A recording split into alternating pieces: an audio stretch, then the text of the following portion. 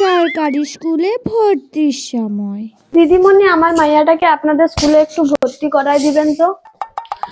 তোমার অ্যাডমিশন করিয়ে দিলাম, এবার সোমবার থেকে সময় মতো স্কুলে চলে আসবে, ঠিক আছে?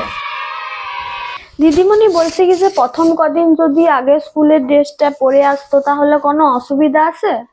ড্রেসটা তো আমরা স্কুল থেকেই দিচ্ছি।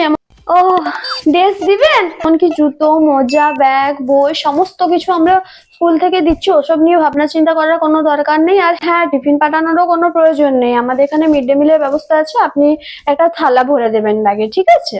স্কুল থেকে খাবারও দেওয়া হবে। প্রাইভেট স্কুলে ভর্তির সময়। আমি ক্লাস 5-এ অ্যাডমিশনের জন্য এসেছিলাম আমার মেয়েকে নিয়ে। আপনার মেয়ে স্কুলে অ্যাডমিশন করে দিচ্ছি। অ্যাডমিশনের পর আমাদের স্কুলের যে স্টেশনারি আছে ওখান থেকেই কিন্তু আপনাকে বই, খাতা, পেন, পেন্সিল যা রাখবে ওখান থেকেই কিনতে হবে। ওকে ওকে, নো প্রবলেম।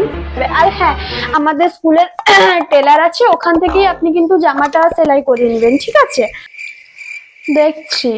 টিফিন আনার কোনো প্রয়োজন নেই, আমরা বাইরের খাবার অ্যালাউ করি না। আমাদের এখানে স্কুলের ক্যান্টিন আছে, ওখান থেকেই খাবার দেওয়া হবে। হ্যাঁ, তার জন্য একটা আলাদা বাজেট কেটে নেওয়া হবে, ঠিক আছে? তা ম্যাম, পড়াশোনাটা এখানে ঠিক মতো হয় নাকি তার জন্য একটা আলাদা প্রাইভেট টিউটর রাখবো? সেই দায়িত্ব আমরা নিচ্ছি না, তার জন্য আপনি আলাদা প্রাইভেট টিউটর রাখতেই পারেন। এই চল, তোকে এখানে ভর্তি হতে হবে না, চল চল চল।